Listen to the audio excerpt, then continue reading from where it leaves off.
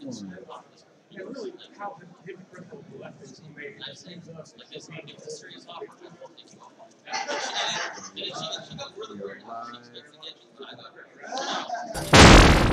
Opening. 10, 9, 8, 7, 6, 5, 4, 3, 2, 1, 0.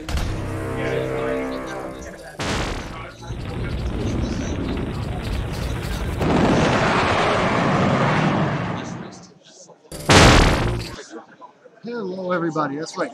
It's Michael Voss, Dragon of the Southern Tier, here with you again. We are still at CPAC properly. We've got all kinds of little things happening, so I just changed over from our last crew, and that was with Jeffrey Guntz of the lidblog.com, and now it's so great, no soundbites allowed. So it's great to be here, and as you can see on the screen, I have my guest with me. He is with the Frederick Douglass Leadership Institute. My brain is fried, my eyes are gone, I don't know where my glasses are, so please folks, please bear with me. It's my fault if I get something wrong here. I have to be honest, it's been very exciting. Did you, first of all, let's introduce you properly. You are, I'm sorry. No problem. Dean. Reverend Dean Nelson. Reverend Dean. Yes, sir. I remember it was Reverend Nelson, but I forgot your first name. No problem, man. No problem. And Reverend Nelson, did you get to see Vice President Pence today when he was speaking this morning? This morning I did not, although I did organize a meeting for him just yesterday at Frederick Douglass's home here in Washington, D.C., and was with him actually this time last week. So I've connected with him and do work with his office often, but I did not hear him this morning, although I heard it was phenomenal. He did a great job, and I really did enjoy that. And we had a great time. By the way, for people who are not catching this with my podcast live, you can also see it on the Exceptional Conservative Network or the Exceptional Conservative Show.com. Please check it out. Scroll down. You'll see us big on the screen there, as you can see. And you'll also see us on my program itself. Reverend Nelson, it's good to hear that you've been in touch with Mike Pence and you've been able to speak with him a couple of times.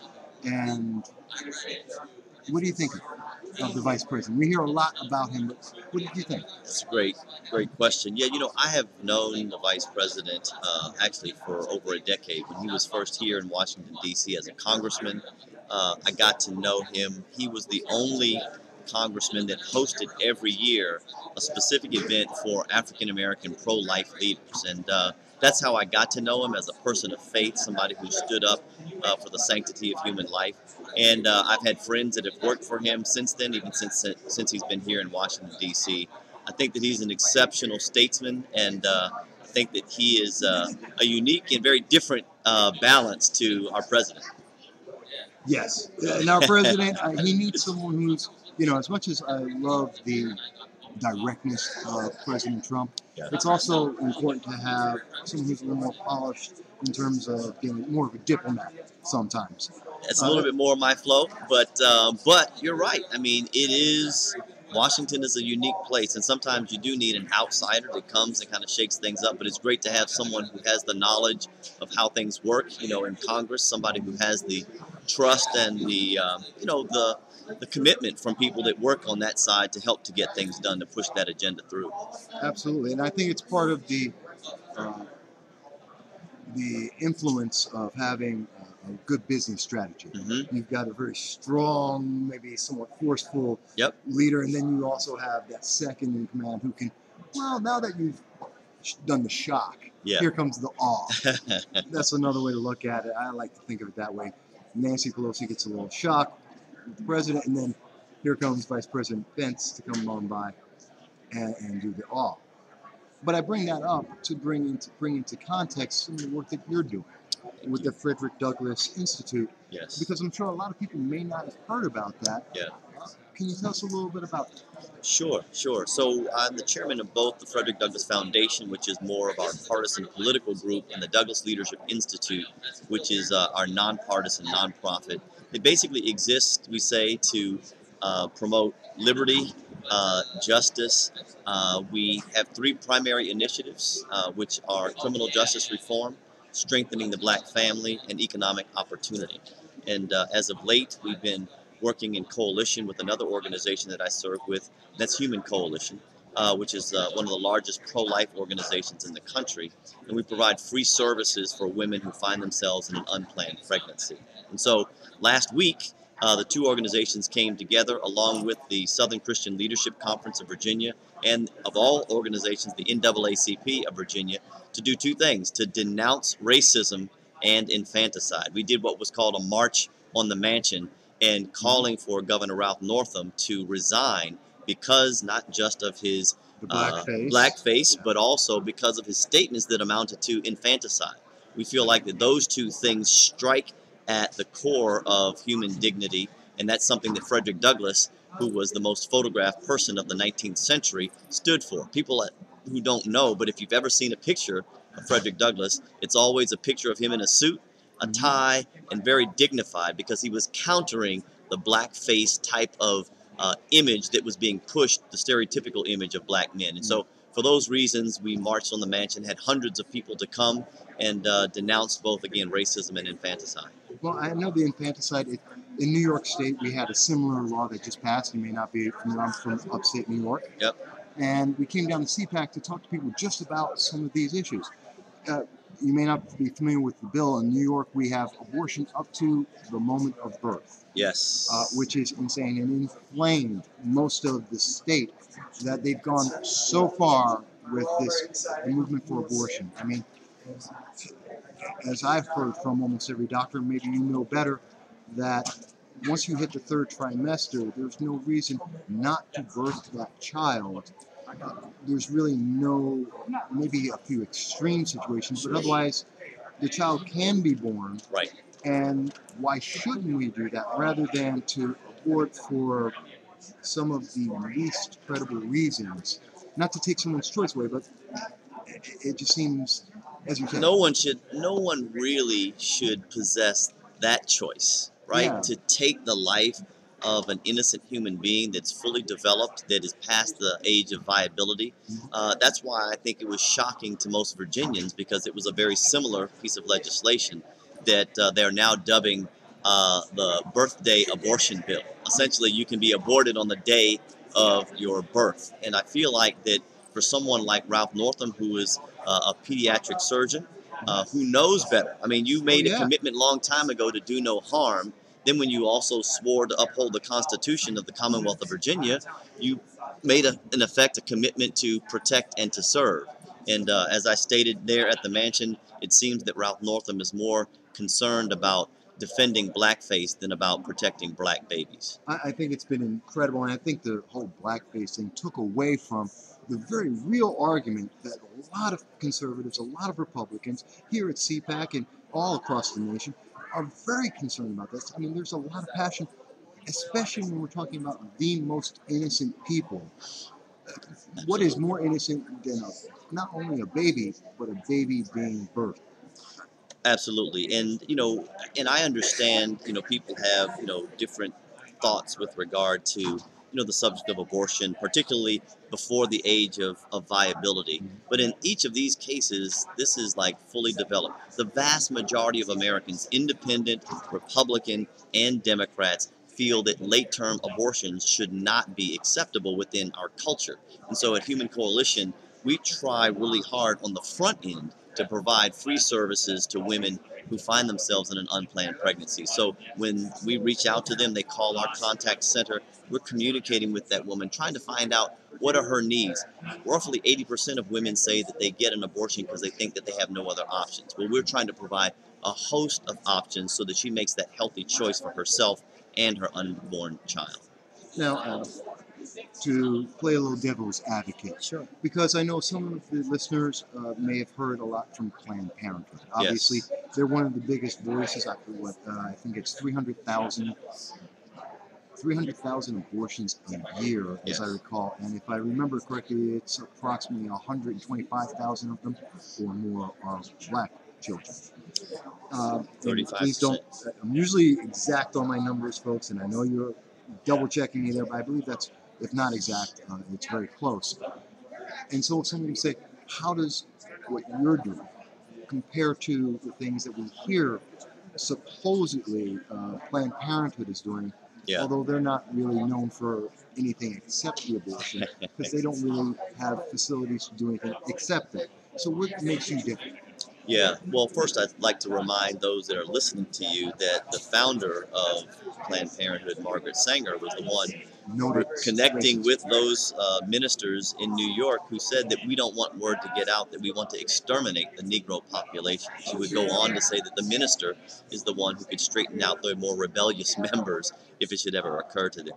So yeah, I mean, they pretend as if they're there to help.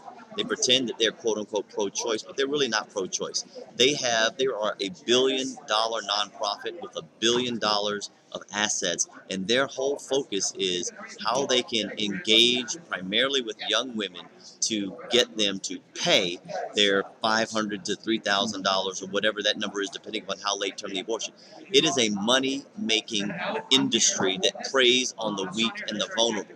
What we do through our women's clinics throughout the country is simply to engage with those women and to provide them with a host of different services. And even the women that come into our centers that say, you don't understand, I have to go through with this, 97% of them, even if they go on to get the abortion, say that they would refer us to a friend because of the way that they were treated, with kindness, with dignity, again, providing them a host of services to make a healthy decision for their preborn child. I think that's one of the most important things in the process, no matter where you wind up exactly, to know that you have dignity and that you have respect going through a very difficult decision. I've talked to many women. It's a very difficult decision to make, and many will regret it all their lives, depending on what choice they've made. So I really am glad to hear that you do have that concern, and that is foremost, because we don't see that in the Planned Parenthoods out there. Not at all. And I should mention to people, I know James O'Keefe was speaking earlier today. He did one of the big exposés, the big startling news about how the people, and I know it's a little graphic for some folks, so I'm sorry, but it is news, and they did find it. The babies are sold for parts, and that's another profit motive out of the Planned Parenthood approach, without a doubt, to family planning that isn't necessarily family planning. Look, I mean, from the beginning to the end, Planned Parenthood on the front end gets a third of their revenues from government, whether it is through Title X or whether it is through Medicaid reimbursement. So, I mean, we're talking about hundreds of millions of dollars that they get on the front end. Then, of course, through their business model, they make women pay for the abortions. And then on top of that, as you've explained, they then sell the baby body parts to make money. It is a heinous, horrible industry, again, that seeks to prey on vulnerable women particularly. And I think that it is important for those of us of faith and conscience to be able to speak very clearly to that issue. And let's not forget, most of their surgical abortion facilities are found in Black and Latino neighborhoods. It was a study that was done by an organization protecting Black life that you can visit, and they will literally show you where each of their surgical abortion facilities are found. You can literally view it through a camera on Google. So for Planned Parenthood to suggest a few years ago that only 9% of their facilities were in minority neighborhoods, if you live in the hood, you know that they are there. You know they're there. And I've seen studies done before that that emphasize the fact that they are primarily in urban locations, high density of minorities in those areas. So, and if I could add, they have over the last 5 to 10 years been closing down their other facilities. So like in Pennsylvania, the Gettysburg facility was closed, the Scranton facility was closed, but where are they opening their brand new ones? When we were there in Richmond, Virginia, protesting the governor, we learned that Planned Parenthood's newest large surgical facility is being put right in the hood in Richmond, Virginia. Really? See, that's the thing that's not getting out there and is not being discussed. Let me ask another question. I know many people would ask about this, so I want to be fair, because we brought up the question about the government funding for Planned Parenthood. Yes. I know President Trump has been forcefully trying to shut down I know many of the conservatives here at CPAC also support that. And I take it, and I don't want to put words in your mouth, Sure. I believe that you would also support stopping that funding. But let me ask you this. For your organization, Yes. do you receive funding from the government? Is it just all, because it is a nonprofit, is it all just donation-based, or how does that work? Yeah, no, that's a great question. So Human Coalition is not yet 10 years old, and for the vast majority of our time, it's always been private funding.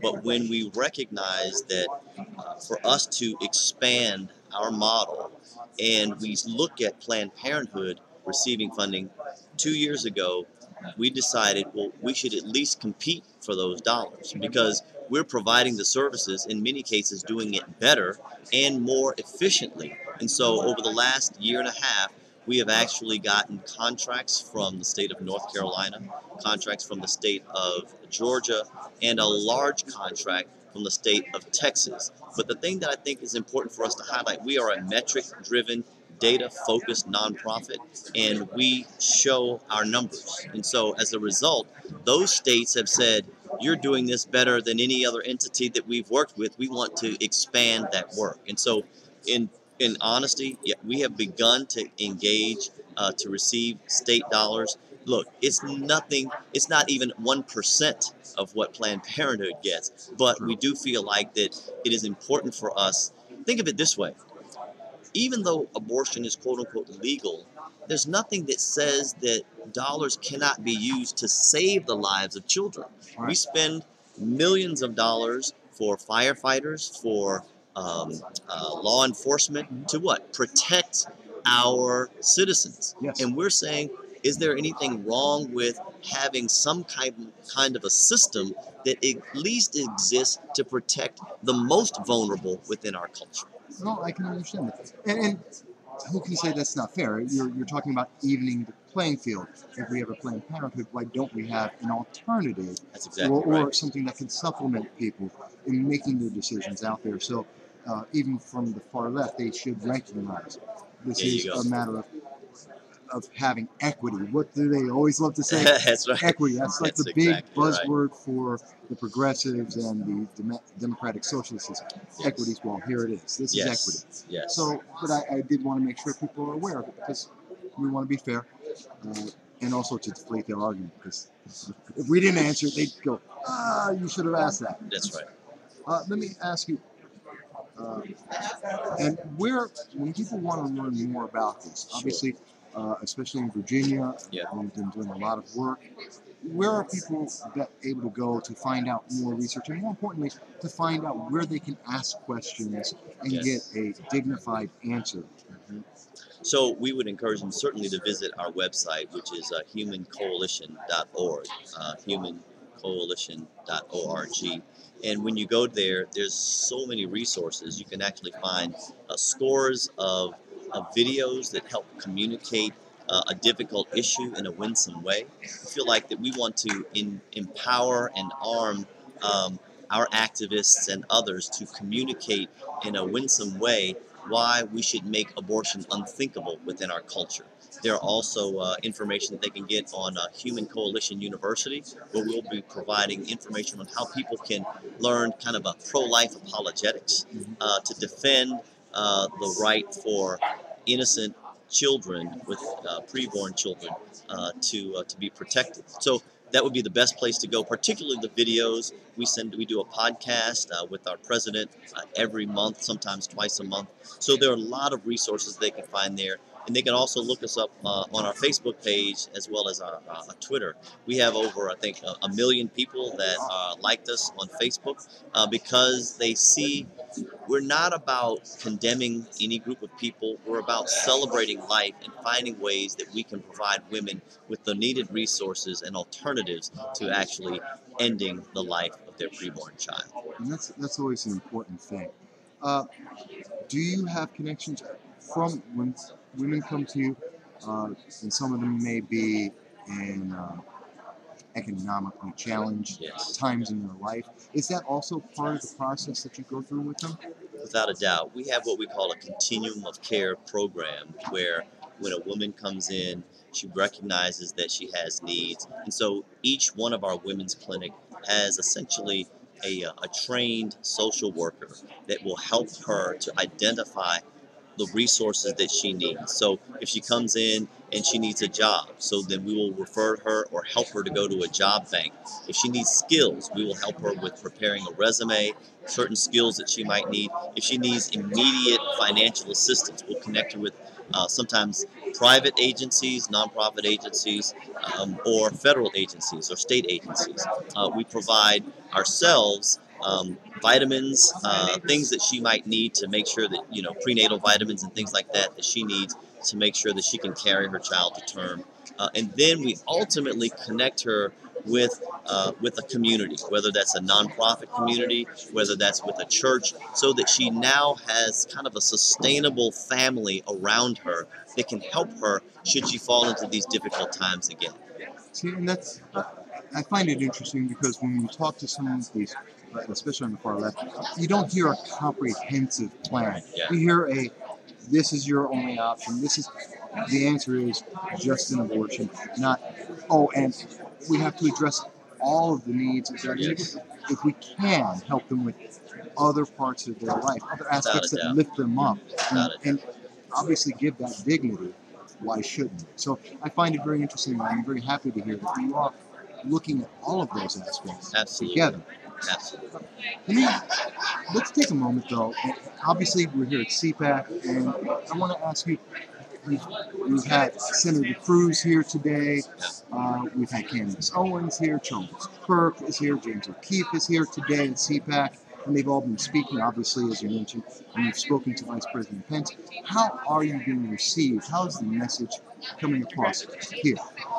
Man, I think when anyone hears the life and the legacy and the message of Frederick Douglass, everybody stands and applauds. I mean, it's been, for the last couple of years up till now, it's been very positively received.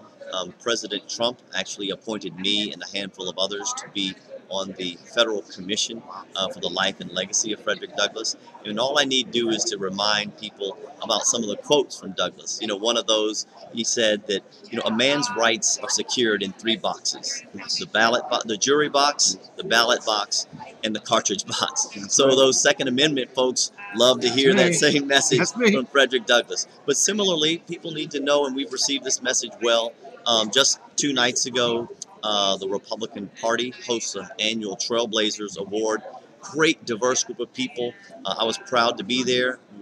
Didn't know until just the day before. I was honored with their annual Trailblazers Award. And so our message is being received well, but it's not just by conservatives. The event that we did there at the March on the Mansion was with the NAACP and the SCLC because we found commonality. So our goal is to use the message and the principles of the conservative movement, articulate them through the voice of Frederick Douglass, and engage with diverse communities, because in reality, most of the people in the African American community, many people in the Latino community, at their core, they're conservative. But we have to find unique messengers that are able to communicate those truths in relevant ways so that we can engage those people and to have them a part of our growing farm team. We're a little bit short. We've got about 7 minutes or so. And so let me take that time and let me ask you. We've talked about the Institute. We've talked about some projects. I do want to ask about the effort to get rid of Northam. Yes. Because I think that's important as well. But I also want to take a moment to just say, who's Reverend Nelson? Because, at the end of the day, everything is as good as the people who are behind it. Thank you. Who are you? Well, appreciate that, man. I was raised in Virginia, and that's why this issue with Governor Northam was important to me. I grew up in the Commonwealth of Virginia. I went to the University of Virginia. And so when I was a student, I saw often white party guys that were dressed in blackface every semester on campus. So my point simply is that it was part of the culture. Both of my parents grew up in segregated Virginia. The town that I grew up in Fauquier County, Virginia, there was still in the 1980s a restaurant that black people could not go into. In the 1980s? In 1982, Roy McCoy's restaurant would not allow blacks to go into the restaurant. And so, and who would want to go into a place where you thought that the food, something might happen to the food, right? Yeah. So, I grew up, in a relatively small town, outside of, Washington, D.C. Both my parents, in my household, traditional values. My grandfather was one of those guys who was the more rebellious members that was talked about by Margaret Sanger. Bought 70-some acres of land when I was before I was born. Raised a farm. Grew up. I wondered why my granddad had guns in the house all the time. I never saw him hunt very much, but it was taught to me earlier that being raised in rural Virginia in that time period didn't mean that the quote-unquote law was on his side. So he had to protect himself, his family, and his property. Which we've heard so much of. And, I mean, whether you're looking at Dr. Martin Luther King, you're looking at Malcolm X, you're looking at a lot of the leaders, Marcus Garvey, even in the past, Yes. where they've said part of us looking, and this is true for anyone. Yeah. I'm just using their names because everyone looks to names sometimes. Yes. But one of the key things for everyone's freedom, for able to get past these divisions we sometimes see, is to know that, well, we can defend ourselves. We're not pushovers. We're not just going to roll over us. That's right. We can defend ourselves, and that's part of our dignity, is that we can defend ourselves. That's exactly and I think right. that's an important message for a lot of people to hear as well. Without a doubt. And that was a message that was reinforced. And I'm glad you brought that up because my grandfather, my grandmother, my dad, and my mom, growing up in a segregated, Virginia, my grandfather never went to restaurants because they prevented him from going to restaurants. But this is the astounding thing. I never, ever, even in private conversation, heard my grandparents say a negative thing about a white person. Never. I mean, even though they were treated differently, even though there was segregation, they taught us that we had to have a different standard, a different spirit, if you will. Because we were raised as Christians. We were taught that Jesus was our example and that we needed to exemplify something different. And that was the same story of Frederick Douglass. Even though he was born into slavery, even though he would escape into freedom, yet he still had a commitment to biblical principle and would go to his slave owner before he died and tell him that you're forgiven and released him from anything that he had. Which to me is so important in this day and age. Everybody wants to demand rights and to lift yourself up by putting someone else down. But that message of forgiveness, that message of understanding, I think is important. And I'll remind us of this. Dr. King said it this way with regard to the church. So the church must be reminded that it is not the master nor the servant of the state, but rather it's called to be the conscience of the state. And if the church doesn't recapture its prophetic zeal, it becomes an irrelevant social club without moral or spiritual authority. I believe that the church, kind of as the church goes, so goes the nation. And if we need to recapture that prophetic zeal, or else we will, as a nation and as a people, become an irrelevant social club. And so my hope is that we'll engage more people along the lines of the values of Frederick Douglass and Martin Luther King Jr. to see our nation restored back to a place of dignity and of righteousness and a place that's a blessing for all people. You are a very forgiving man. I'm not as much. But then again, that's why I'm not a reverend. And those who know me would say, absolutely not. But you mentioned something about Frederick Douglass I think is very important in talking about Northam now. Yes. That Frederick Douglass went to his slave owner and said to him, I can forgive you. And what I've noticed that we haven't heard, and like you've heard from many of the, and I know folks, you're hearing a lot of background noise right now, it's CPAC. We have a lot of things going on. That's the way it is. That's right. But what we've seen with Northam, and we see this with a lot of the progressives in my area, it's Citizen Action or Black Lives Matters, the Antifas of the world, and here again with Northam, that they're demanding that we accept his statement on this, but not his request for forgiveness on this. Now, I am not from Virginia, but I have not heard about that. I've heard him say, well, he did something that he said, well, that's, he read Roots. If that is correct, and I heard about it on the way down here, I did not get to check and confirm it. Sure. But that was his answer to, why I should be forgiven. I don't think it's a request for it, but let me ask you, since you're far more knowledgeable about this, Sure. has he asked for forgiveness, or is that root story correct? I'm not certain about the root story, but I do know he has talked about forgiveness, but it wasn't in a very plain, clear way. I think when you have made statements and done what he's done, and even it came up yesterday that unfortunately his wife probably made a misstep by offering cotton to young kids and asking them to imagine themselves as slaves. So that being put aside, I think that for us and those of us who are citizens in Virginia, it's incumbent upon us to forgive him. But that's different than our civil disobedience, our call for him to step down because of his actions. So point is that I believe that he can ask for forgiveness, but that doesn't mean that you should want your position. It seems to me that he's more concerned about preserving his position rather than seeking for forgiveness. Absolutely. And folks, again, we apologize. There's a little bit of a spectacle going on behind us. Some people are roaming and gathering attention as they go. But more importantly, they were able to hear you. And you came in a little closer to camera, but more importantly, we were able to be heard. And I think it's a message that's very important. I do want to thank you for the time that we've had here today. And I know we started a little bit late. It's just the nature of CPAC. Yes. But I thank you for this. I want to get back in touch with you in a month or two. Follow up. Let's see what we can do about Northam. Yes. Find out more about what's going on with the Institute, what's going on with the attempt to give people a choice when it comes to times of question in their lives. So I do want to follow that up, but I wanted to say again, I thank you, Reverend Nelson, for the time that you've given us here today. I hope you're going to get a lot more attention. I know you've already gotten a lot of attention today, but hopefully you'll continue to have that throughout all of CPAC. And I'm looking forward to speaking with you again very soon.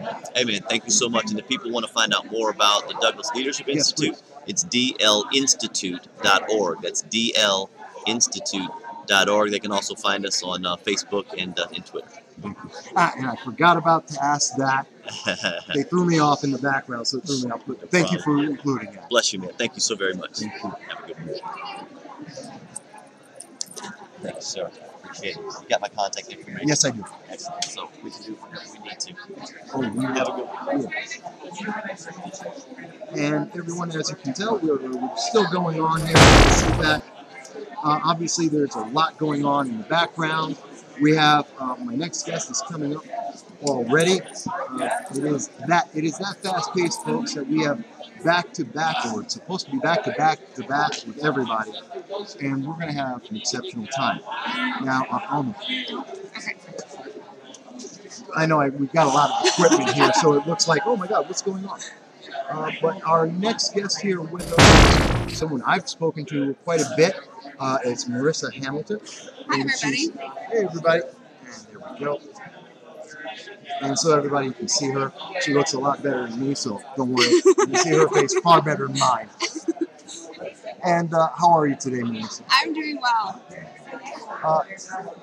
Just to start off with, I know you sent me the bio, and people will be able to see that when I put that up online, but just to go over, you're with, you're in Arizona. Yes. Normally, but you're down here at CPAC, so we're going to get to that. But you're with the Republican Liberty Caucus. Correct. And that's something that people may not have heard that name before.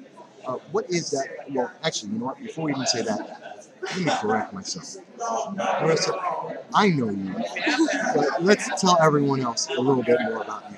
Sure. So I was formerly a libertarian. That's where I got my start being politically active. Prior to that, for the 15 years before that, I was a Republican, but I really only voted in presidential elections. I was a keyboard warrior sometimes, but didn't really contribute that much to our political scene. And then when the 2016 election came around, And especially after what we went through with Obama and Obamacare specifically, that really kind of invigorated me to say I need to get a little bit more involved for the sake of our future and not losing our country.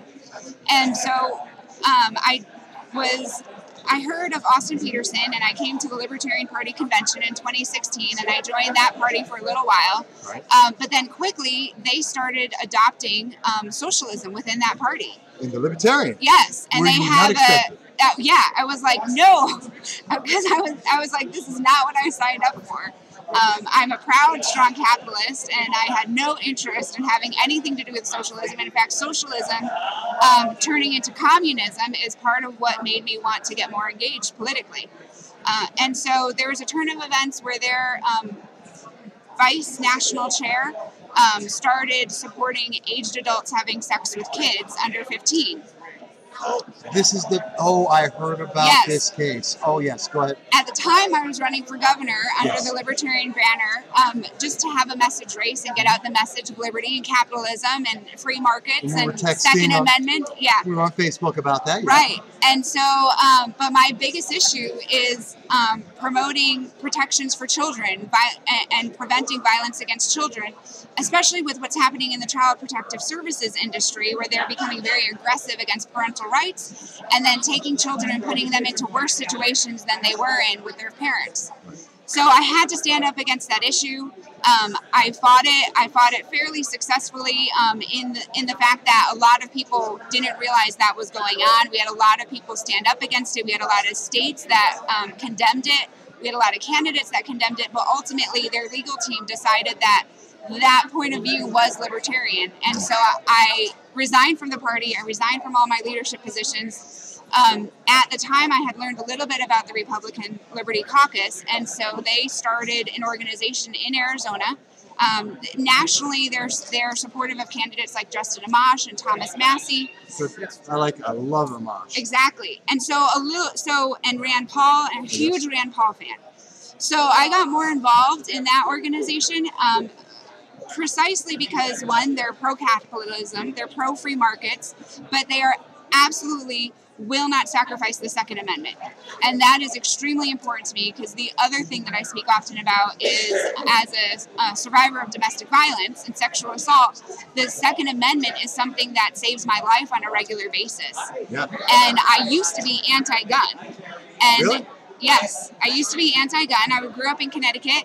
And so, but I spent the summers in Arizona. So I had a little bit of both political ideologies kind of raising me. But I was still anti-gun. I was afraid of guns. But when it came down to it, it was learning how to defend myself with a gun is what ended up saving me and securing me and making sure that I don't have to be a victim of violence in the future.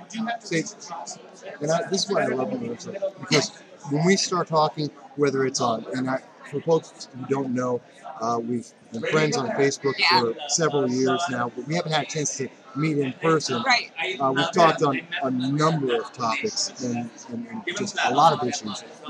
But one of the things that I found interesting is your Second Amendment stance, because I know we've talked about the Second Amendment a lot. We've talked about the red flag legislation, Right. which many people know I'm passionately against, and you're against as well. One of the bills actually that just happened in New York, I don't think we have an equivalent in Arizona, is the 30-day wait that they've now put in. And one of my big arguments about that is, and I know that they're trying to get similar legislation through the House, where you have to wait 30 days for the background check plus just a waiting period. And one of my thoughts, and I always like to ask this of any of the women I speak with, well, does that make you feel safer to know that you're not able to have another option to defend yourself, to be able to have a firearm, be trained in that firearm, and be able to protect yourself because someone wants to wait 30 days, which may be too much? So in the situation that I was in, and even continuing till today, because my abuser still follows me every once in a while. I still hear from him every once in a while. It's been like 7 years. And you're public. Yes, and I'm public. Yeah. And so, which was an interesting combination to pursue. But this issue is so important to me, and if women don't speak out, then we won't have the protections we need. that legislation, waiting periods, would have killed me.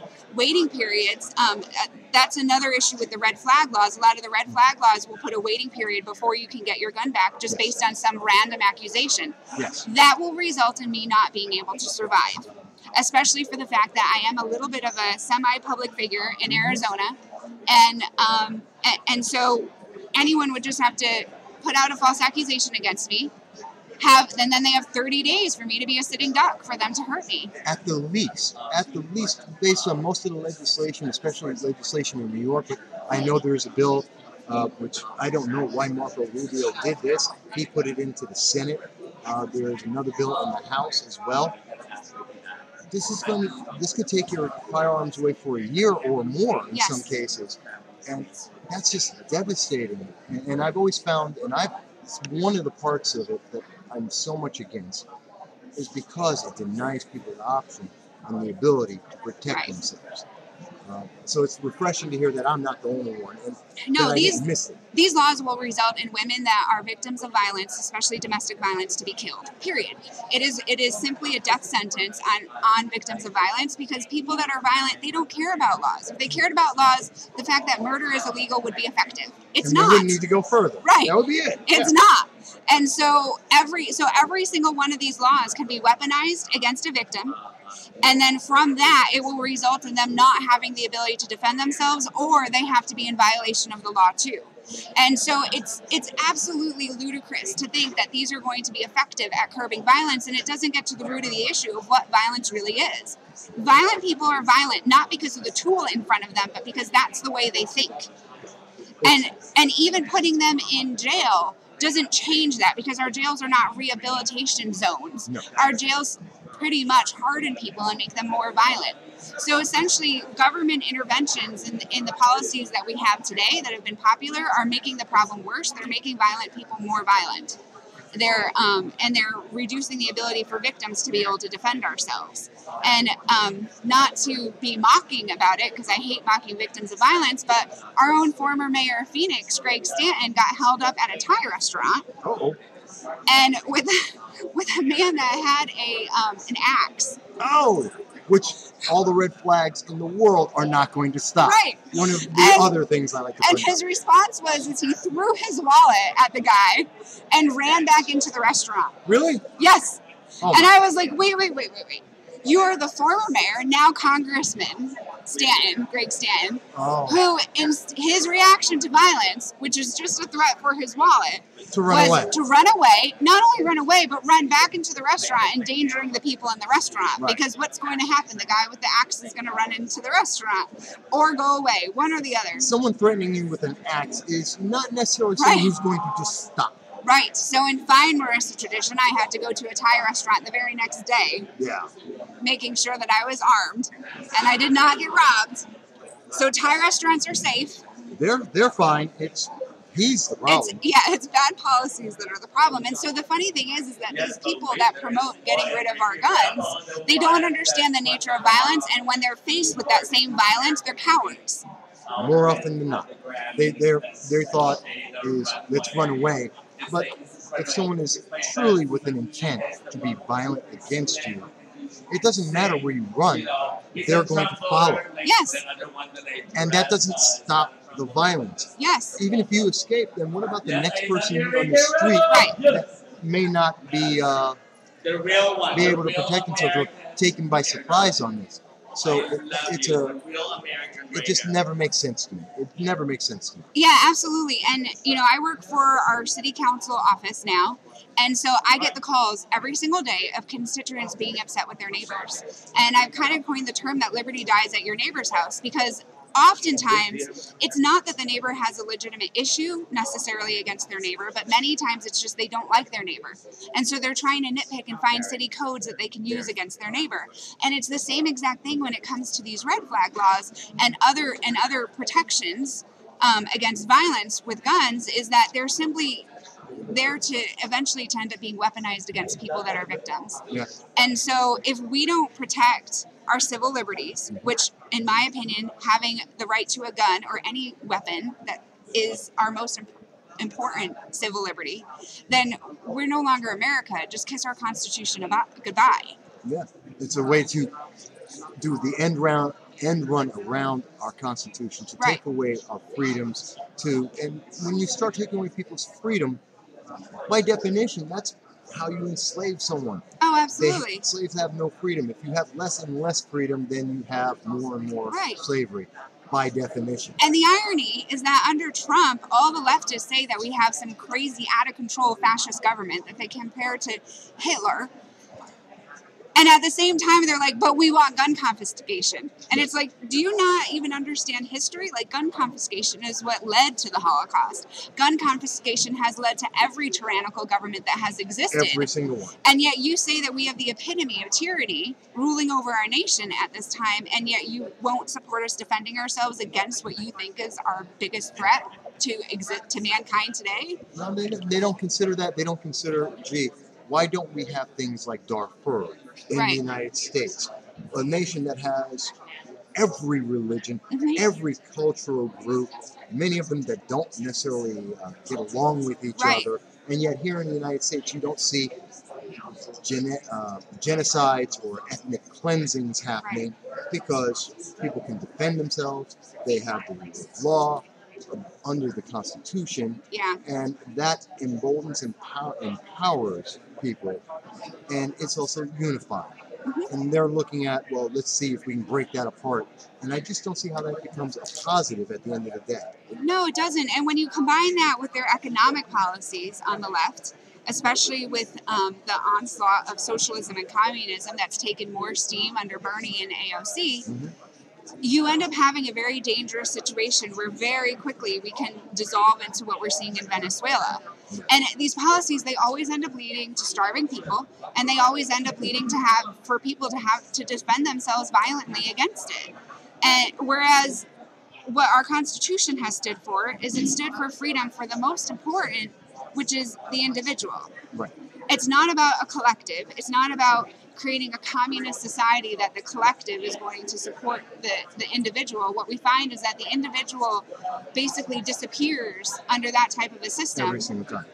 And what we really need to do is legislate from a perspective of our most defenseless individual. If it's good for our most defenseless individual and it's not stealing from our most successful individual, then it's good policy for Americans.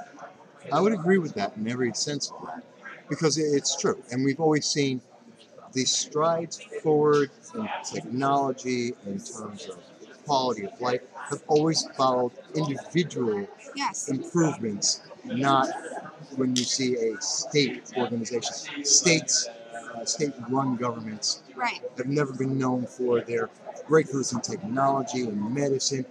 They don't lead in anything. No. They follow and they fail, but they don't lead. And that's a very big difference. I love talking about it, because this is like when we talk on Facebook or tweet each other, because we can just go. Yeah. Let me ask you this. Sure. Because I know there's got to be at least one woman, if not many, many women, either on the Exceptional Conservative Show.com or on my sites or Facebook that are watching this, or they will be watching on Facebook, on YouTube right now, that are saying to themselves, well, you're a woman. Aren't women supposed to be Democrats? Aren't women supposed to be progressives? Aren't you supposed to be more like Alexandria Ocasio-Cortez? Obviously, you're not. How do you get women who say, why? Do they ask you, what is it like? Does that ever come up? A little bit more. I mean, now I work in government, but when I was in the private sector, that would come up a lot more. I had one customer, especially, that she was like, I can't believe that you're in Arizona. Like, you basically live in Nazi Germany down there. And how in the world are you a Republican? They hate women. And I would go back to what her principles are, and I'd say, okay, but you told me that your company was upset with, the company was out of Seattle, and you were upset with some of the onerous things that the Seattle local government was doing to businesses, and it was going to impact your business having to leave. Well, as a female, I also care about business. I care about being able to be successful. I care about companies being able to succeed. I care about my customers being able to succeed financially. And so those authoritarian principles that you're supporting are things that are actually stealing from female entrepreneurs. And so as a woman, it's most important to me that I can have a fair playground of capitalism to play in to compete with men. And so, and whereas if we create something where we start intervening and saying, well, we need to prop women up, why? Why do you think that women need to have some extra special thing to make them equal to men? Instead, I would rather see women try to be their greatest good. Instead of, men are not my competition. I'm my own competition as an individual. I want to keep succeeding and improving and being more successful against myself, against my former, whoever I was yesterday. I want to make sure I'm doing better today. Always trying to achieve more, go up that next rung in the ladder. Of course. And in many cases, there's been many jobs that I've had that I made more than my male counterpart. And so even when it comes to like the ERA of saying women deserve equal pay for equal work, well, okay, but let's flip that scenario. When I make more money than many of my male counterparts in my private sector career, should that mean that I have to have a lower income because I'm more effective than my male counterparts? I don't think so. So I think these policies are actually anti-women because they actually hold us back as females of being able to be successful entrepreneurs. There's nothing that a man can do that a woman can't do. In some areas, naturally, biologically, there's areas that we'd succeed in more than men. Of course. And especially in the economy, in a global economy, it's an economy that's changing so much, and you need to be very adaptable. And I think the nature of women puts us in a position that we're already more inclined to be successful, extremely successful in that type of an economy versus what the traditional economies have been, which is without a lot of technology, you'd have to just make the connections. More industrial, yes. Just that more physical labor. Exactly. Which didn't allow for a lot more diversity in the labor. And now with having a global economy that's based on this crazy technological innovations of today that are just constantly moving forward so quickly, it's a great time for a female to be an entrepreneur. And in order to be a successful entrepreneur, you need capitalism, free market capitalism. Not corporatism, which I find to be a form of crony socialism. That's always a problem. Not socialism, not communism, but free market capitalism, what made our country great to begin with. See, and that's where your libertarian side comes out a little bit more. Although I'm not for corporate welfare, I don't agree with it. And I was very upset with the Amazon deal for this aspect of why are we giving them $3 billion when they make $11 billion a year net profit? That's not necessarily the best thing, especially if we can, let's give the tax cuts and the tax abatement to small businesses so that we can get 1,000 small businesses and we'll have 1,000 bets rather than one bet with Amazon. So and that's from the New York, and obviously that's one very unique perspective, but I understand and I agree with you on that. Well, actually, economically, there's two different ways to look at that. Especially now that I'm in local government, I can see it a little bit more. You have two ways you can go about it. You can either lower the tax base overall. Always good. And create a stronger economic engine that will feed more taxes just from the individual taxpayers, which the rich end up paying more of those taxes anyway, especially if it's a sales tax. You can't really get away from that. But at the same time, if the other option is then to kind of give these special deals to these corporations, but that's a progressive way of looking at it. So the hilarious thing to me is that socialism brought us these progressive ideas of giving Amazon the sweetheart deals because it brings so many jobs to the area. And if you bring jobs to the area, then you're going to bring more development. More development means more taxpayers. More taxpayers means a more prosperous revenue base. And so she's upset about the policies that she supports, and it's absolutely hilarious to watch. It's incredible. And she deserves all of the grief that she brings to herself on so many issues. And by the way, folks, I don't know if you see it. My associate. I can't use my computer because I left half my cord here. No, go right ahead. I'm sorry. If you see him in the background, folks, that's just Jeff. He does the lidblog.com. He was on just before me on the program. And so don't worry about it. I'm Ken McClinton's brother from a whiter mother. And we're all working here at the booth 34 here at CPAC. And so we all have different shows. We're on for about 2 hours apiece. And he's on before me, and we're working together as best we can It's one big family. We've been talking about a lot of different subjects, and I love it. And I love it. I love having that diversity of thought. But let me ask you, in terms of, well, two things. One, I'm going to ask you about, did you hear Vice President Pence this morning? Will you hear President Trump tomorrow morning? But the other question I want to ask about is, how has what you're speaking about been received here at CPAC? So, I mean, we've had Senator Cruz, we've had yesterday Representative Jim Jordan, we've had quite a few current and up-and-coming members of Congress and Senate. How's everyone received it? So I honestly have been in a lot of offsite meetings. I come to CPAC to do networking, so I didn't unfortunately get to hear what our vice president had to say this morning. I do plan on being here for Trump tomorrow, so I'm very excited to hear what our president has to say. But overall, as I've been, going through the hallways and listening to people, especially listening to young people, and especially versus my experience last year at CPAC, I think that there's so much more energy this year than there was last year. And last year, I thought there was a ton of energy. I was so enthused with how many young people we had last year. And this year, I feel like we have so many more people. We have so many more young people, especially, and we have so much more diversity here at CPAC. And so I've been really excited to see that. I think that the changes in messaging that we've had as the Republican Party have been successful. I think that we still need to do a little bit more tweaking. I would definitely say that. Than what we have in the past. I mean, the nice thing is that as much as the Democrats try to paint us as the party of old white men, that's just not true.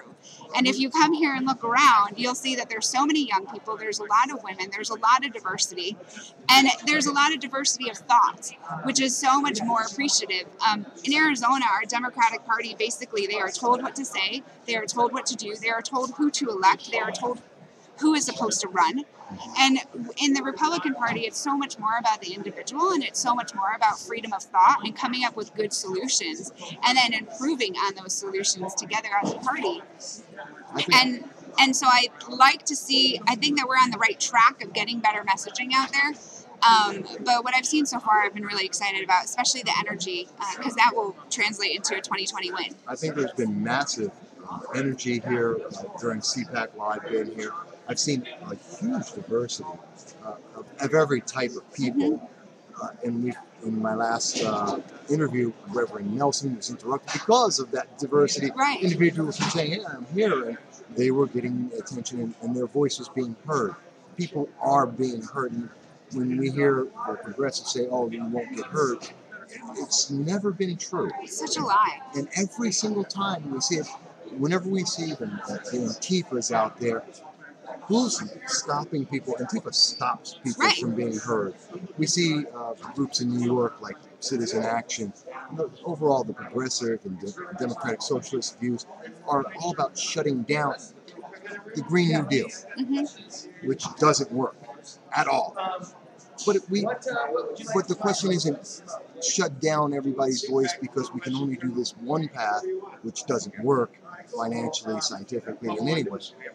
But let's have a conversation about who can make a better world. Right. No one's against that. In fact, I think the idea that has been brought forward to make everyone vote on the Green New Deal is brilliant. It's absolutely brilliant. Because they don't want to vote for it. Yeah, let's bring it to the floor. Let's listen to the ideas. Let's look at economically, is this feasible? And then let everyone put their stance in the ground. Are you socialist or are you capitalist? That's it. What do you support? I love it. And I think we need to see that happen. And I think, and if we get back to reality, rather than that, she's an economist, can you believe it? But if we get back to the reality of it, we can find solutions that will achieve the same goal, but with a realistic approach. Let me ask you, when you hear people talk about President Trump, women that you know who are speaking about that, what do you think is, what's the biggest argument they have against him, and what has been your experience? Sure. So I actually wasn't supporting Trump in 2016. So I love when I get this question, because as I've seen the policies that Trump has driven, I've been so excited because they're good policies, especially for women. Now, is his language crass? Yes.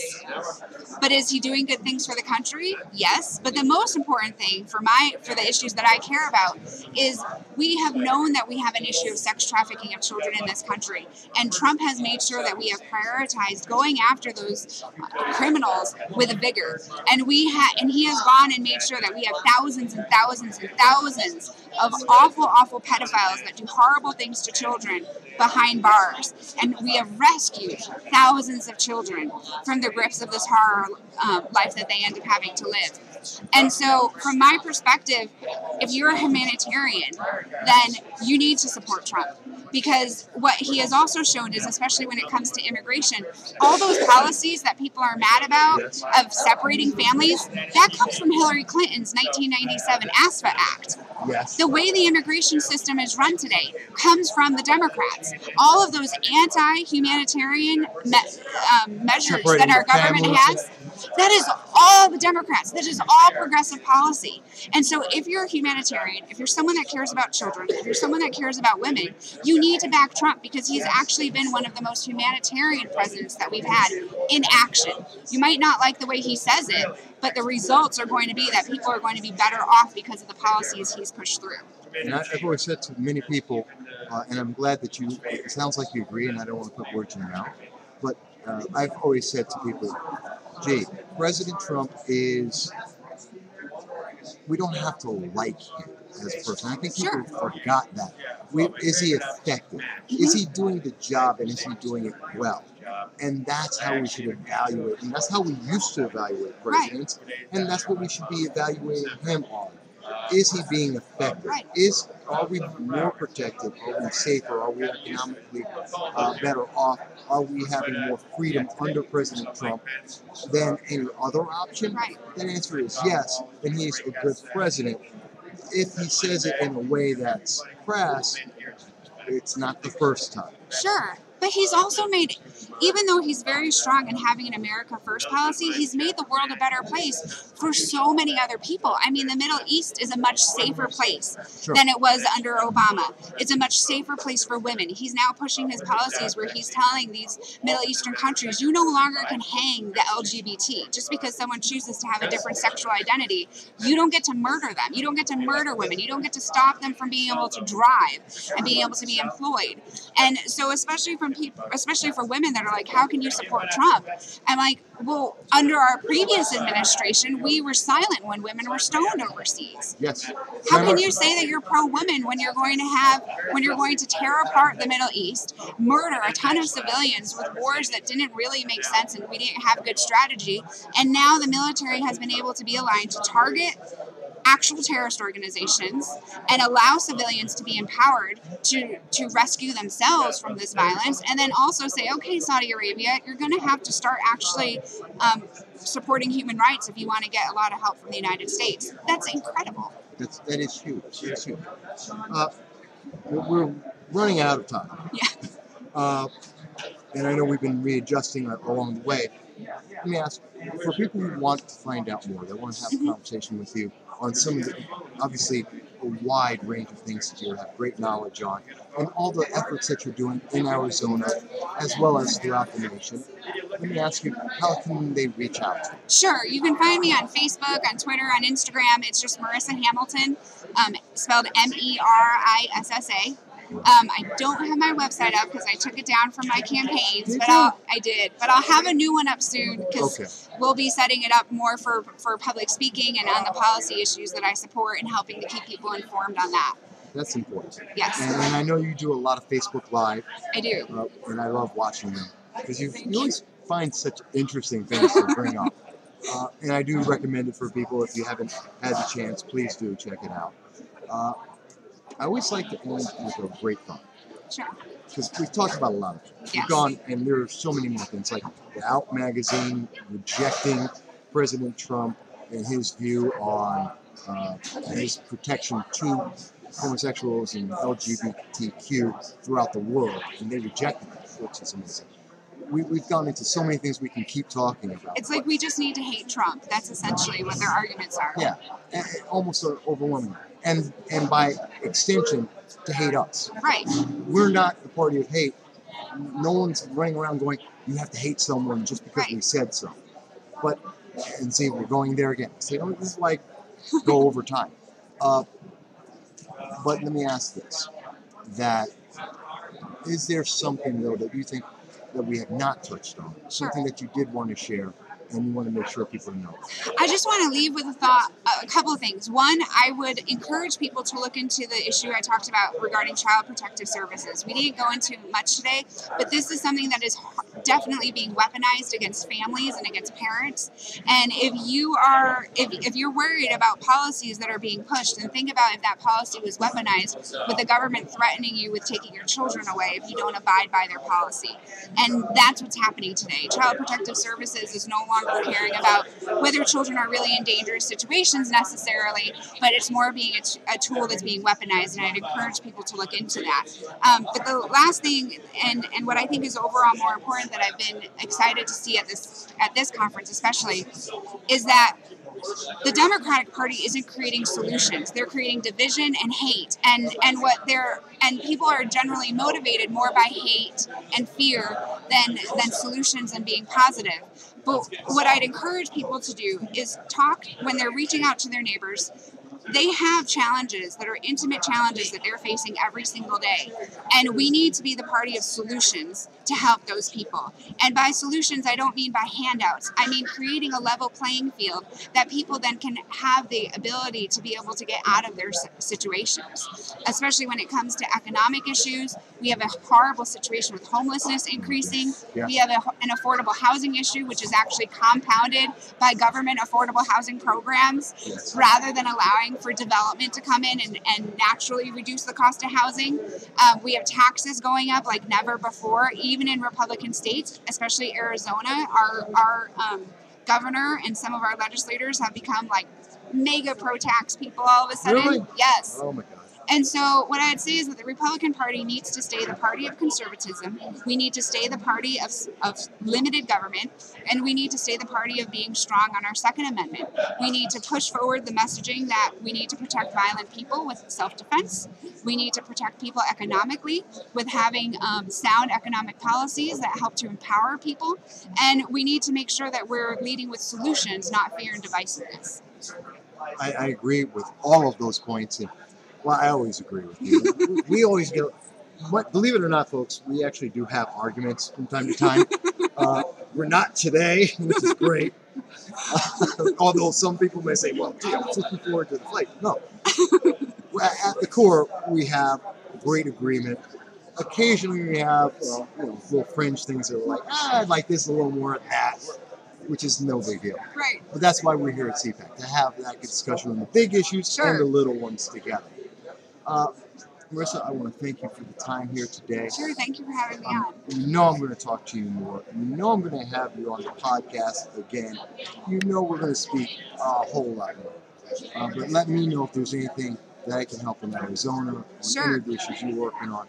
But we're going to definitely do it again. Well, we have the red flag law issues coming up, and we have tax increases like crazy coming to Arizona. I will come to Arizona.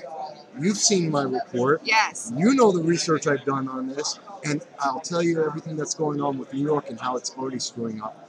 I will be happy to come out to Arizona, folks. If you heard this, drop $1 or $2, donate, because plane flights are expensive. Yes. But I will come out to Arizona. I'll be happy to speak about that and everything that's going on with New York, Second Amendment groups, and some of the other nationals that I'm in touch with to help prevent the red flag from going any further. Sure, I'll get you connected. Thank you so much. I appreciate your time. Thank you. Bye, everybody. Thank you so much. Yes, folks. Oh, I'm going to try. We'll probably run into each other tomorrow. Yes. Oh, and let me leave you my card. And everybody, obviously, we're having a great show here.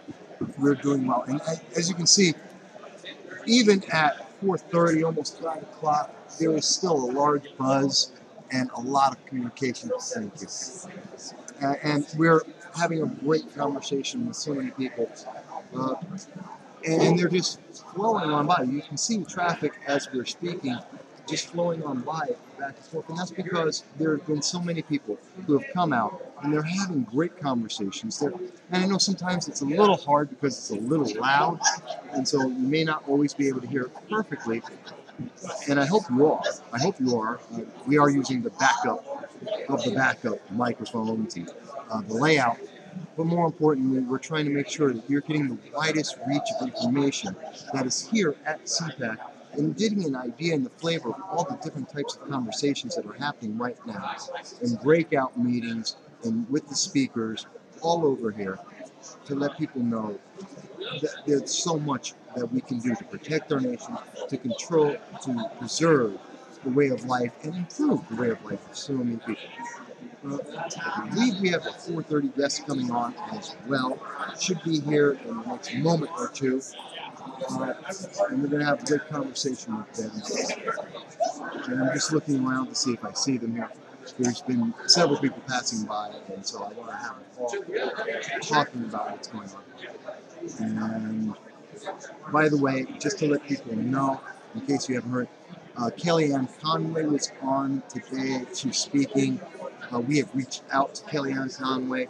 We want to get the answer from the White House and President Trump about his thoughts on the red flags legislation, both in New York State as well as across the nation.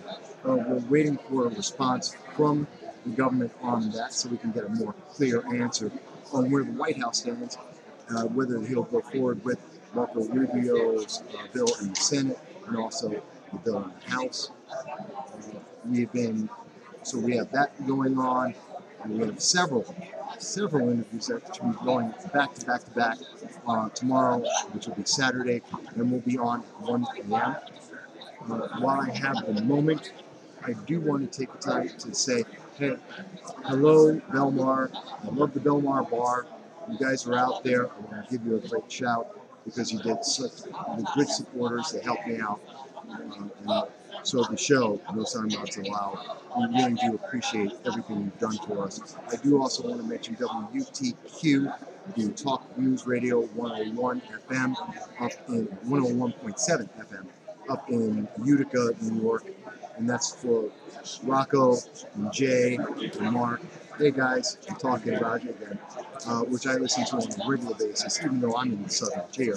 They have great conversations. They definitely have a wide assortment of individuals speaking. So I did want to mention that if you're in the central New York area, you definitely want to check out their show. I think they do a great program for talk radio. And occasionally I'm a guest on there as well. There's been a lot that's happening in New York State. I've been noticing and following that. I have not forgotten. I just haven't had a chance. Quite honestly, folks, if you're listening for the audio podcast, I just haven't had a chance to upload everything there yet. We will get to that. We will get that out. Some of the video that we've done, we've spoke with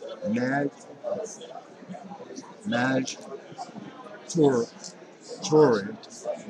God, he's going to kill me because I got his name wrong. Who was with Black Guns Matter. And we had a one-on-one interview with him. That's on a video format. Here, speaking to him just earlier today on CPAC. And we're going to have that published after CPAC, probably Saturday or Sunday. I will get that out. We had the Reverend Chittams and his organization helping so many people across the nation. He's looking to help grassroots groups raise up, to help people at the local level, to be involved in government, to be able to work in their communities, both on the conservative and Republican side. And that is the true growth that we can see coming forward, is that growth of conservatism at the local level, which then becomes the state and the federal level, turning every one of the states around. It's not just, you're rarely going to see it go from blue to red. You'll see it go from blue to purple to red in that way, and that starts from the local to the state to the national. So we're going to work on that. I am waiting for my 4:30, who should be here any moment. And hopefully we'll be able to get that started very, very soon. Because it's Peggy Hubbard is who we're looking to speak with. She's supposed to be here at 4:30, and we're going to talk with her about her race. She's looking to run against Dick Durbin in Illinois, and she's a mom. She's a former member of the military. She has an incredible story and message to get out there, and so we're just waiting for her so she can tell you more about that herself. But I know a lot of people have been thrown off today because we were talking when Vice President Pence came in. Basically, everything else in the building shut down. You couldn't get in, you couldn't get out. You were kind of stuck there where you were. And so that threw off a lot of people on their schedules and moving around a little bit late. So that may have delayed a few people. Although I have not gotten a message back yet. Folks, if you're wondering if I'm seeing the messages, I am not at the moment. Just because I have so much up and I'm trying to keep up with it all. So please do it. I'm checking my Twitter right now. I am checking on Facebook right now. So if you do have comments, please let me know and I'll try and mention them. I see Ed Hickey. I see it. Ed Hickey has. Oh God, I wish I could have this up. I'm going to try and get this up while I have a moment. I want to share with you folks an image that Ed Hickey just sent over to me. He's a very funny man, and if I can get this picture, I want to share that with you guys because you're going to laugh. You're going to find this to be really, really funny. If I can get this loaded up, it's in. Where'd you put that in? Put that on Facebook? Yeah, you got it on Facebook. Okay, I'm going to try and find that because I think people are going to laugh a lot when they get to see it. So bear with me a second here as I get that up. By the way, Ed Hickey is in the Belmont Pub, which I love that place. I go there, I eat all the time, and I think people will enjoy the food there. Jennifer James is one of the cooks. She's phenomenal. I love her food. Jennifer keeps me alive. You know, I'm a skinny guy, but she always tries to help get me fat with the food there. So I did want to mention that for everybody. Here we go. Where is it? I'm going to try and download this. Save.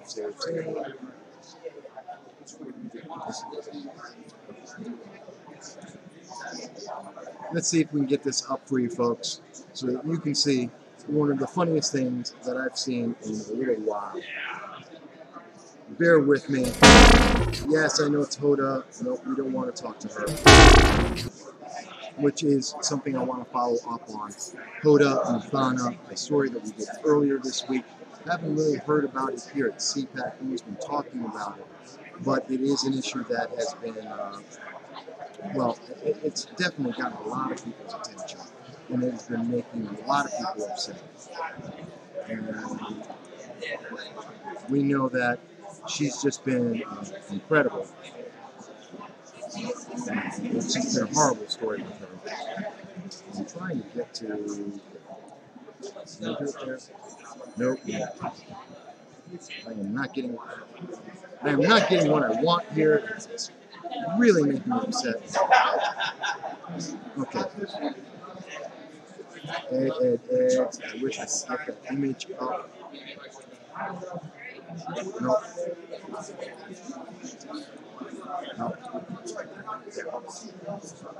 Here we go. We're going to get this up for you here, folks. You know, sometimes you got to have a little humor. You got to laugh a little bit to enjoy what's going on around you. And that's what I'm trying to do here.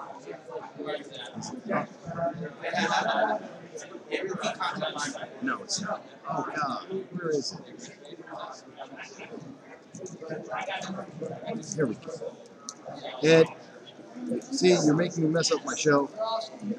Even though I got a little bit of a break right now.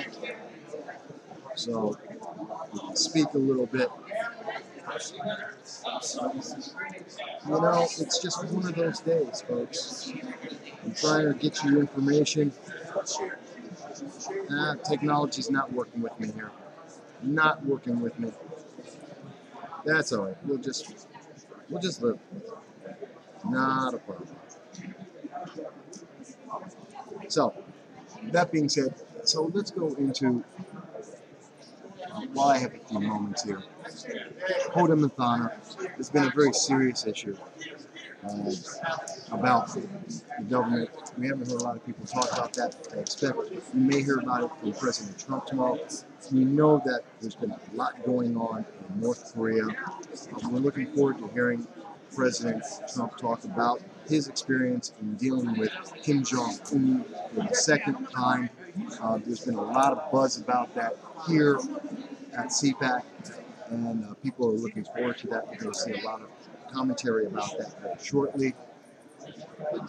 If you're wondering, folks, am I tired? Oh, yes. Yes, I am. It has been non-stop. I have been up from about 5 a.m. every day of CPAC. Tomorrow will be no different. Going to sleep at about 11 o'clock at night, just trying to get everything done and make sure that we can get as many people on the program talking and discussing everything.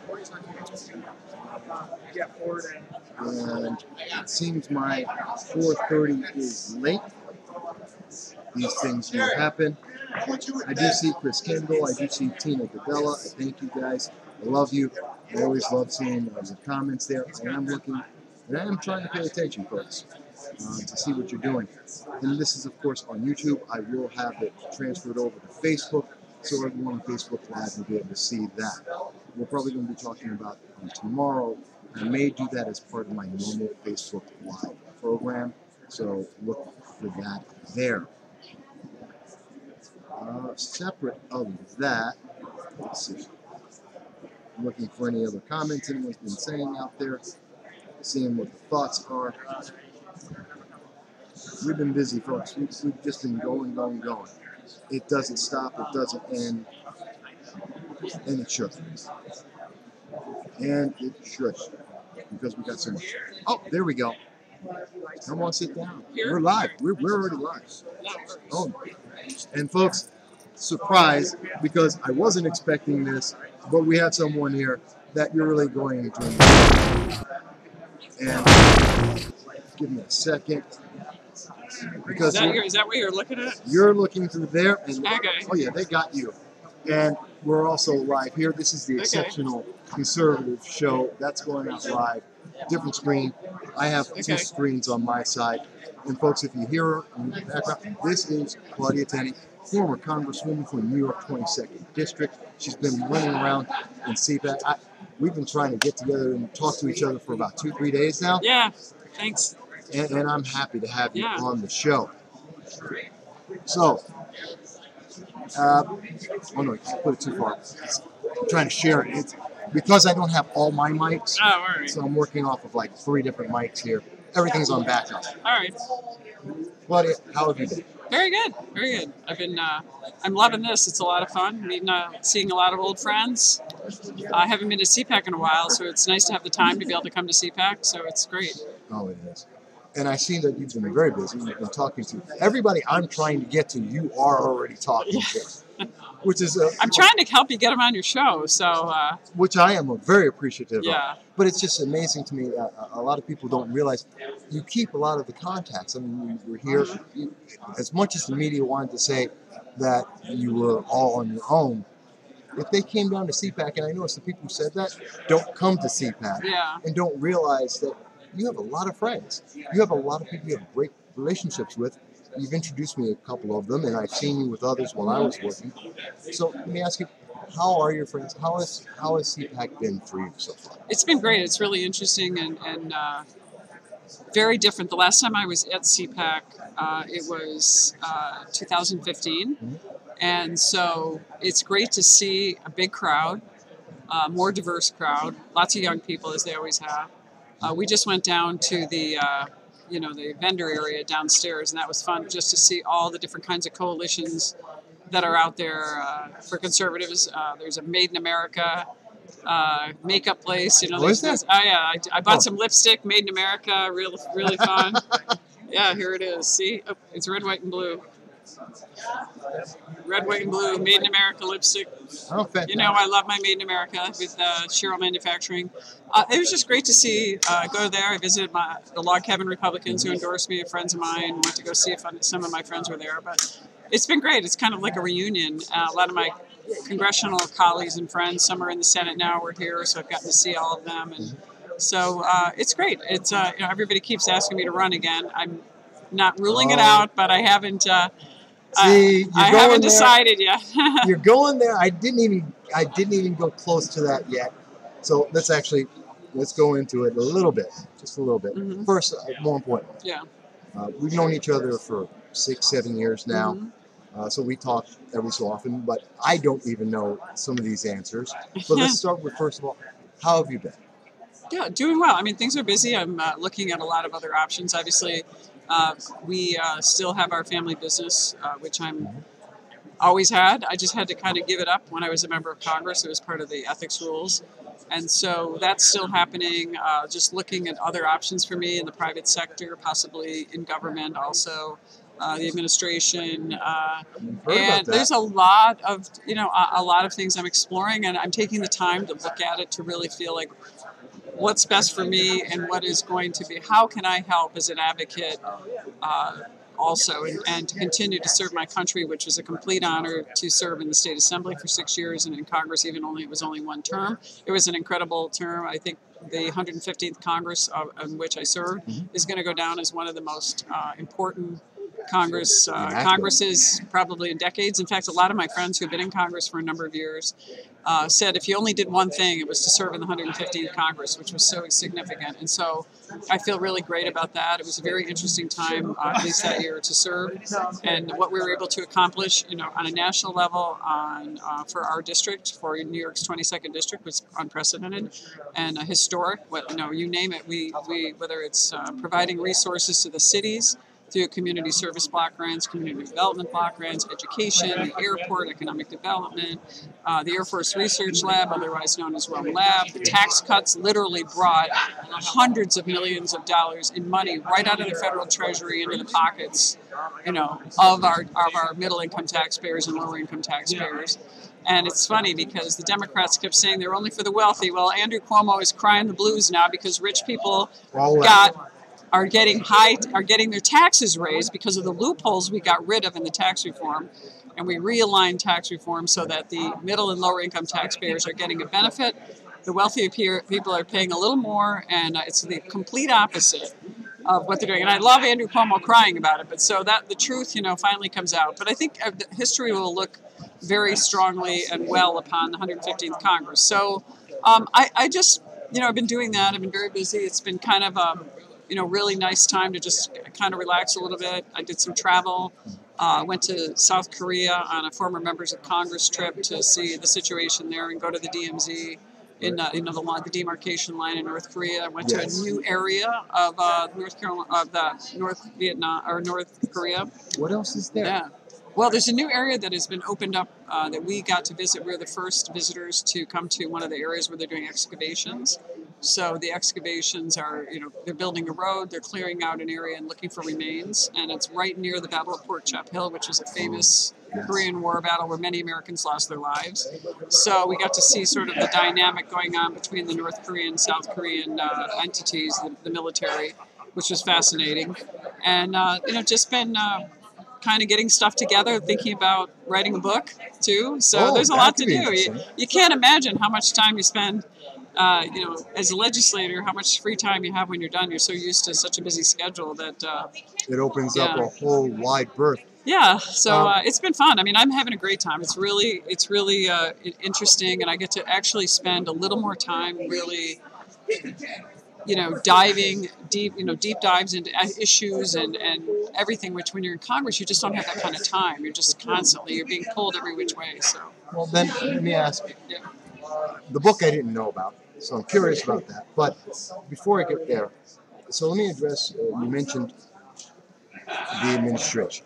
And I know there's a rumor going around about you joining with President Trump's administration.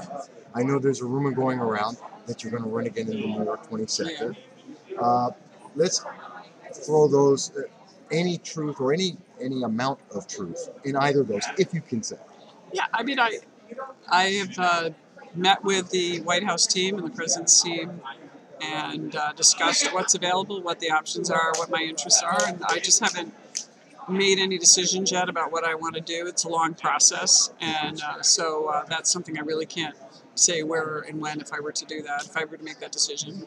I'm also looking in the private sector, which is very appealing in many ways, and but I'm also just interested in and possibly. I mean, I don't know if another run is in the cards. Of course, being here at CPAC, people are coming up to me urging me to run because they think that I can win the seat back. Interestingly enough, I just attended at 1 o'clock a really, really insightful breakout session on voter fraud and the issues facing us in the future. New York is one of the worst states in terms of voter fraud, and not having voter ID and not being able to preserve the integrity of our ballot, which is, I contend, was an issue in my race as well. So there's a lot of things to look into and to consider before I even, launch a campaign. I think I have time. I have 100% name ID basically in the district. And so I think I have a little more time. Obviously, I'm a good fundraiser. I know how to raise money. I raised almost $4 million in the last term. But my opponent the current congressman is also a very good fundraiser and has a lot more resources than we do. But it's a Republican district, and I think people are finally seeing what the New York State Assembly is all about, because everything that you're seeing on the national level coming out of New York, whether it's the horrific late-term abortion bill that my opponent was a co-sponsor of, voted for 4 times, the Green New Deal, which he voted for, something very similar to it in the New York State Assembly. He voted for Medicare for all. He has the single most left-wing voting record in the New York State Assembly when he ran against me last year. True. Yet he was cast as a moderate, and that was one of the media narratives across the nation, is to take these far-left candidates and cast them as moderates. And there was really no opposition to that. The media just did not want to talk about our records matched up. And I had an excellent record in the Assembly, and I had an even better record in Congress. So merit doesn't mean anything at this point. It's all about the media trying to, smear people. My favorite line from all of CPAC, and my favorite event so far, was last night when we got to see Diamond and Silk, the comedic sisters who are just terrific, the Trump supporters. But one thing they said, which I think is really true, and I love the way they put it, they said, they smear you when they fear you. And true. I think I was smeared so badly in the last election, just all these falsehoods, and I've never even gotten a speeding ticket. I have a superlative record as a lawyer, as a business owner. My dad was a state Supreme Court justice for 35 years, and now all of a sudden people don't think I'm an honest person. They think that, these falsehoods about how I somehow had something to do with their spectrum bill, which, by the way, ironically, was all my opponent's fault because he teamed up with Andrew Cuomo to create the monopoly in the Assembly. It was a state deal. He didn't oppose it until after it became an issue. Things like that were very frustrating to deal with, like how I was taking pre-existing conditions away when, in fact, I was the co-sponsor of the bill to protect pre-existing conditions. Right. A lot of falsehoods they were able to get away with. And voters, sadly, are not well informed because we have a terrible media organizations in our region. We don't have enough media, and our media are not independent, and the independent ones like you don't get enough of a voice. Most of them, I think, are really in the tank with the politicians. Well, they're like an arm of the politicians. I agree with so and many. It's not Republican or Democrat. It's whoever the insider politicians with the money and clout who control the spending and the businesses. Those are the ones that they play the game. And that's sad. Because it's wrong. It's the opposite of what the Fourth Estate should be. Absolutely. They're supposed to be a watchdog, not a lapdog. Absolutely. Something I wanted to ask about, because I've been making it an issue, and not everyone agrees with me on this, but you know what? There's very few people who've been a member of Congress. Not a lot of people to ask about this. So far, your opponent, Anthony, we'll call him Anthony, he has yet to pass a bill. He has yet to put in or submit. You mean an original bill? An original bill. Excuse me, though. Wait. He's introduced several of my bills without giving me credit Well, they're being reintroduced. And now he's got new sponsors, and now the media just loves all these bills he's introducing that I introduced. Somehow it's because the Democrats introduced them. Am I having deja vu? Am I back in the state assembly again? I've called them out on that, and I've seen that more than a few times. There's 3 bills, I believe. I think the one that really bothers me is the no budget, no pay bill. That's yours. And straight. No, there were other people. I reintroduced it. There were others. But here's what really bothers me about it is he's claiming that we shouldn't get paid while the budget isn't passed or while we haven't finished the appropriations. So last year during the government shutdown, I introduced that bill. Yes. And not only did I not take my pay, and we get paid once a month, so he hadn't actually been affected by it because his pay didn't come in yet. Right. I donated my pay each day of the shutdown to an organization, mostly veterans organizations. One was the Humane Society because it happened to fall on the day of one of their telethons. I donated my pay, which is a hardship for me because I don't have the kind of money Anthony Brindisi does as a son of and a law partner of a personal injury law firm, which makes millions off of the hardships and the tragedies of other people. So I didn't have that kind of money, but it meant a lot to me to live up to the bill that I put in. He didn't. Not only did he not give up his pay, he never donated any of that pay like I did in a very ceremonial way. And I will tell you a funny story about it.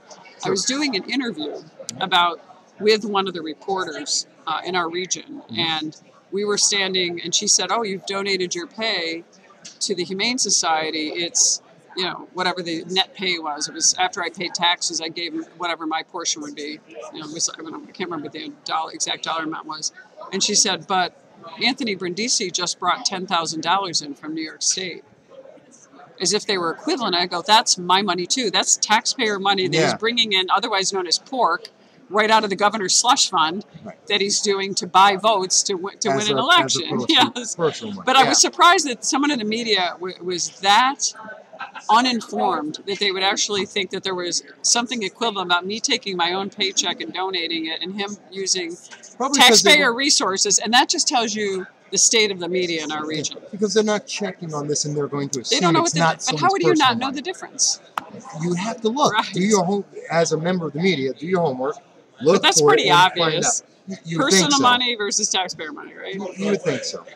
But I do want to ask, is it unusual for someone, a freshman, to come in, especially someone who, now this is a freshman who has government experience, and coming in with an agenda, quote unquote, that they said that they have, and yet go 2 months and not present that agenda. And what I consider part of the job is standing up, here's a bill, this is what my constituents believe, what we think will help the nation, and put that out there, which in not doing that means you're not doing your job and or you don't have an agenda. That's the way I take it. Well, I look at it as, first of all, let's look at the campaign. They called it projection in the breakout session I was in, but he literally ran the Claudia Tenney campaign. He saw that what I've done, running against the status quo, the wealthiest, most powerful people in my community, and people in New York State, and that I was able to win with very little money. He did the same thing. He said, I'm going to be the corruption fighter. I'm going to portray myself as the corruption fighter like Claudia Tenney, and I'm going to portray her as some kind of crook or some person that's just taking advantage and part of the swamp. And they did a perfectly duplicitous campaign. Now he's trying to pretend to be a Democrat, but also a moderate, which he's not. And now he's got a problem because the Democrats are in crisis. He said he wouldn't vote for Nancy Pelosi, so he wanted to live up to his campaign pledge. So he said all through the campaign, all last year, we need a fresh, new, young voice in Congress. This is who our leadership needs to be. That's why I'm not voting for Nancy Pelosi. You can listen to it ad nauseum. He said it over and over, fresh, new, young leadership. And he voted for Joe Biden, 76-year-old, That's why I was laughing. Career politician, old-time guy. Is that really? And he threw that vote away because it was probably a safe vote for Nancy Pelosi. And now he's a man without a country because Ocasio-Cortez railed against Nancy Pelosi. And in the end, she protested Nancy Pelosi's office. I was still in Congress when she was downstairs with all her gaggle of media protesting. And guess what happened? Nancy Pelosi reached out to her and said, I need your vote. And she got an A committee like mine, Yes. financial services. She also Good. got a seat on the oversight committee, which are those are deals. jewels. Big deals. Those are A-list. As a freshman, I got an A committee. Now, Right. I went online and made a comment. Now, Anthony wanted to get on armed services. He was not in the front of the line. No. Now, we know it's a wink and a nod to Nancy Pelosi. You know I made a campaign promise I can't vote for you. Right. But in the end, here's the problem. There's over 200 people that are ahead of him in line. Yes. So she has a lot of mouths to feed in terms of seniority, committee assignments, and other things. So he really has done nothing to advocate for our community. He probably would have been smarter and better off to take his druthers and vote for her and get something and get ahead of the line to bring some clout back to our region. But now he's on 2B committees, which the Farm Bill's passed. It's not going to pass for another 5 years. He's got the Veterans Committee, which a lot of major legislation already came out of there that was mostly in energy and commerce and mostly in the Rules Committee and other different areas. So a lot of that's, he's not going to really doing any serious legislation there. And so I think he's in a tough spot as far as being able to provide legislative achievements, to be able to provide resources back to the community because he's so far behind in line. When they come to dole out what you get out of whether it's member items or, the Democrats are bringing back pork if they can. When he comes to doing that, I mean, where's he going to go? I mean, he's in a really terrible position. So my query to the voters is you replace someone who had all the connections with the president, with the Senate, in the majority party, who brought on, historic resources back to the district and legislation, 5 bills that became law, in addition to several other bills that I co-sponsored that became law, to a guy who's not going to really get anything done for 2 years other than pretend to be Claudia Tenney when he needs to appeal to Republicans. And now he's got to appeal to the resist movement. His voting records all over the board. He's going to have a lot and he's never going to be. But unfortunately, the thing that concerns me is the media doesn't care. They don't care. They don't want a real advocate. They don't want to change the status quo in our region. We have the poorest region, probably one of the most poor regions in the entire nation.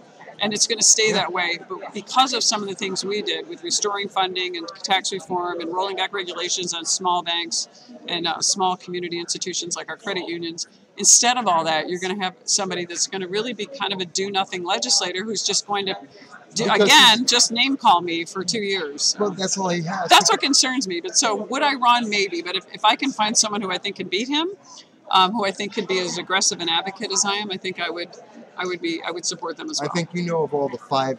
There's 4 names. Are there? I don't even know who's considered. Oh, you don't? I know 1 or 2 that are the same people that have been out there. But. Well, we're at the end of the show, so I can't tell you the names while we're on air. So it's too bad, guys. You'll hear about those rumors. Afterwards. Yeah, we'll talk about it afterwards.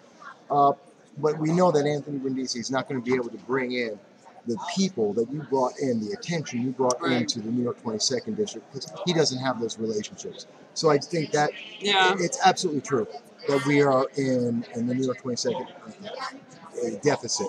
I'll tell you what it's sad that the people don't know enough, but they've been bludgeoned by their poor leadership that we've had so much in the past, whether it's in Congress, state level, local level. And I'll give you an example. I went to one of my favorite restaurants in Utica a few weeks ago. And the manager came out and he said, hey, do you think this is a couple of weeks ago, so we have a new member of Congress.